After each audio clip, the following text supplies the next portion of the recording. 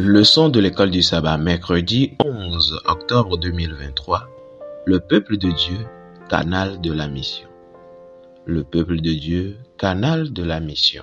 Tout au long de l'histoire, Dieu a toujours eu ceux qui représentent fidèlement son caractère et suivent ses desseins dans l'obéissance. Le peuple de Dieu est celui qui a été appelé et qui a accepté son invitation à participer à sa grâce. Il a été et continue d'être l'instrument de Dieu pour l'accomplissement de sa mission. Lisons Genèse chapitre 12, le verset 1 à 3. Là, il est écrit: L'Éternel dit à Abraham, va-t'en de ton pays, de ta patrie et de la maison de ton père, dans le pays que je te montrerai. Je ferai de toi une grande nation et je te bénirai. Je rendrai ton nom grand et tu seras une source de bénédiction.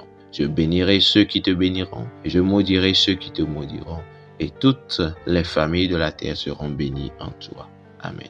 Et Deutéronome 7, le verset 6 et 11 et 12. Là, il est écrit, verset 6, car tu es un peuple saint pour l'Éternel ton Dieu. L'Éternel ton Dieu t'a choisi pour que tu fusses un peuple qui lui appartient entre tous les peuples qui sont sur la face de la terre. Versets 11 et 12. Ainsi, observe les commandements, les lois et les ordonnances que je te prescris aujourd'hui et mets-les en pratique. Si vous écoutez ces ordonnances, si vous les observez et les mettez en pratique, l'Éternel ton Dieu gardera envers toi l'alliance et la miséricorde qu'il a juré à tes pères. Amen. Quel était le dessein originel de Dieu pour son peuple dans l'Ancien Testament? L'alliance de Dieu avec Abraham et ses descendants avait un but précis. Ils ont été appelés, créés et chargés d'être des agents de la mission de Dieu, des canaux de bénédiction pour les nations. Deutéronome 28, le verset 10, Ésaïe 49, le verset 6. Cependant, ils ont été choisis dans le cadre d'une relation d'alliance avec Dieu, basée sur une conditionnalité implicite de foi et d'obéissance. Genèse 22, le verset 16 à 18. Exode 19, le verset 5 et 6. Deutéronome 28, le verset 1, 2. 2 Chroniques 7, le verset 14. Ce processus, celui d'attirer les nations environnantes vers Israël, était la stratégie missionnaire de Dieu dans l'Ancien Testament. La mission de Dieu continue dans le Nouveau Testament. Le Seigneur et Sauveur ressuscité lance maintenant une stratégie missionnaire renouvelée. Voir Matthieu 28, le verset 18 à 20, Acte 1, le verset 8, dans laquelle les disciples de Christ, qui forment l'Église, partent en mission dans le monde entier au lieu que, comme dans l'ancien Israël, le monde vienne à eux.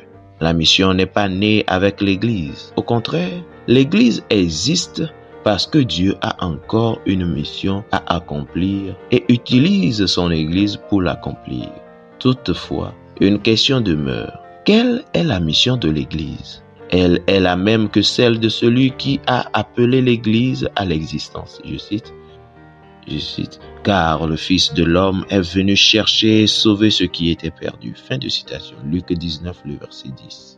Bien qu'aucun de nous dans l'Église ne puisse sauver qui que ce soit, nous pouvons et devons diriger les autres vers le seul qui peut sauver, Jésus-Christ. Je cite, l'Église a pour mission de sauver les pécheurs. Elle doit faire connaître l'amour de Dieu pour les hommes et les gagner au Christ par la vertu de cet amour. Fin de citation. Hélène G. White, Témoignage pour l'Église, volume 1, page 413. Quel privilège et quelle énorme responsabilité. La mission est pour l'Église ce que l'air est pour nos vies. Sans air, nous mourrons. Sans la mission, l'Église meurt. Que pouvez-vous faire personnellement pour soutenir la vie de votre Église? Fidèles auditeurs et internautes, que Dieu vous garde. Amen.